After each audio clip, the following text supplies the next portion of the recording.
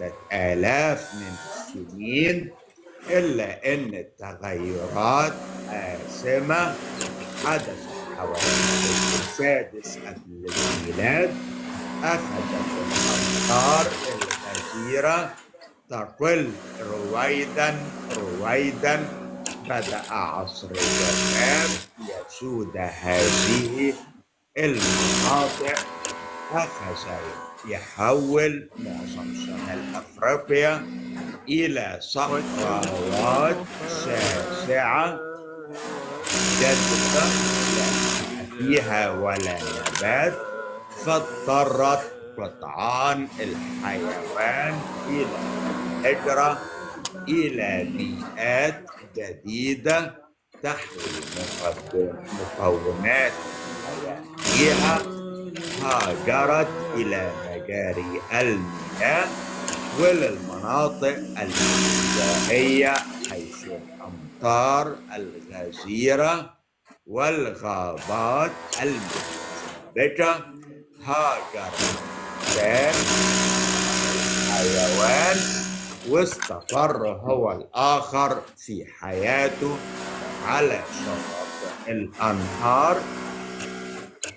من أجل ذلك بنعتبر الألف السادس قبل الميلاد بدء عصر جديد للحضارة البشرية، امتاز باستقرار الإنسان في أوطان صغيرة مارس فيها ناحيتين تعتبران من أهم مقومات الحضارة البشرية، هما الزراعة واستئناس الحيوان. نطلق العصر الجديد اسم العصر الحجري الحديث. هناخد دلوقتي تعليق صديق باعث لنا سؤال: لماذا لا يهرب مسيحي من دولة مسيحية؟ لماذا لا يهرب يهودي من دولة يهودية؟ لماذا فقط يهرب المسلم من دولة إسلامية؟ العصر الحديث مصر أخذ التكوين الجيولوجي لمصر يستقر.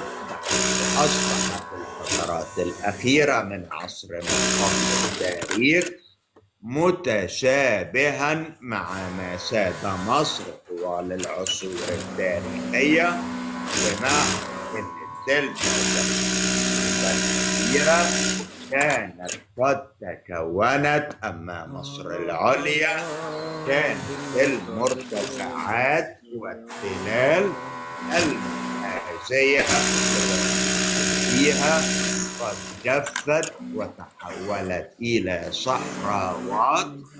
اضطر إنسانها أنه يهجر ويسكن الكسب الضيق على شاطئ النيل.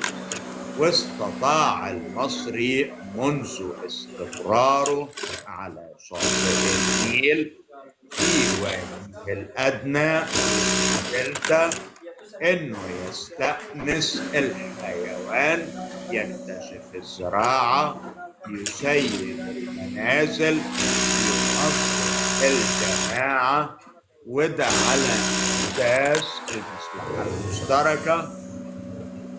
كما تمكن من صناعة الأواني الفخارية، آلات حجرية متعددة الأشكال تبعا للأغراض المختلفة المستعملة فيها. هناك حقيقة هامة إن الاختلاف الواضح حتم على المؤرخين أن يفرقوا بين حضارتي هما الحجر الحديث. لا غرابة في ذلك، الأرض مسطحة مكشوفة يدخل الاتصال بينها وبين جيرانها الغرب والشرق والشمال. ليس من شك الحجارات البشرية اللي حدثت في أعقاب انتشار الجفاف في مناطق حوض البحر المتوسط جعلت الكثير من هذه المجموعات بتستقر في الدلتا. أما مصر العليا فهي عبارة عن شريكية أرض الحصبة تحيط به من الجانبين هي تمتد وراءها صحراوات واسعة. كما خرجت هذه الخطاب الروسيان اللي كانت تتمتع بأمطار كثيرة آذان الحجر القديم، ثم جفت وأصبحت طرقا سواكن بين النيل الأحمر في الشرق وبينه وبين سلسلة الواحات في الغرب. هناخد تعليق يقول لي المسلمين يحرقون بلدانهم باسم الدين ثم يهربون جميع أنحاء العالم فرعية. عندما يقع الأمر بفلسطين يقولوا افتحنا الحدود. يمكن الآن أن احنا نتبع الحضارات المصري الحضارات الأربع الآتية.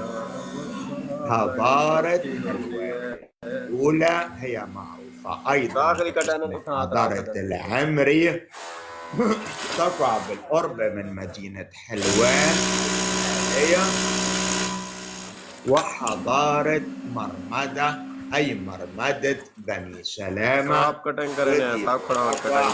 بالقرب من الخطبة أرض الدلتا.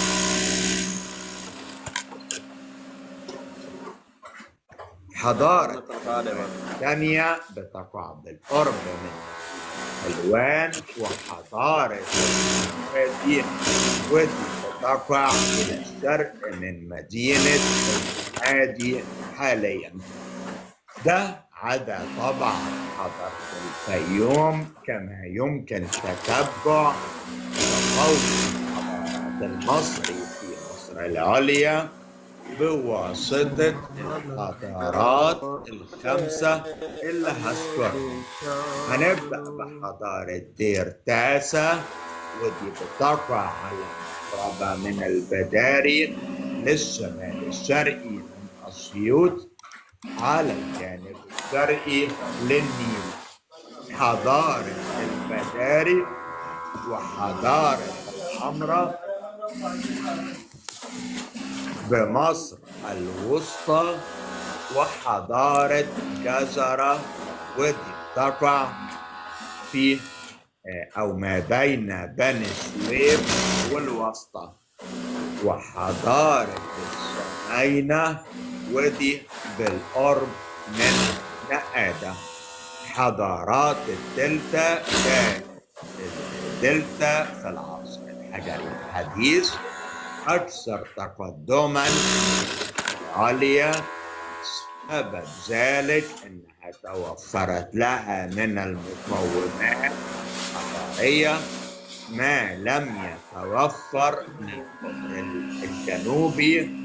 أرضها الزراعية أكثر اتساعا، مناخها أكثر اعتدالا، كما كانت فيها عدة ثقافات حملها إليها هؤلاء الذين أتوا من الشرق والغرب ومن الشمال، غير أن ترسيبات كثير من الغارين على مدى آلاف السنين غطت معظم آثار هذا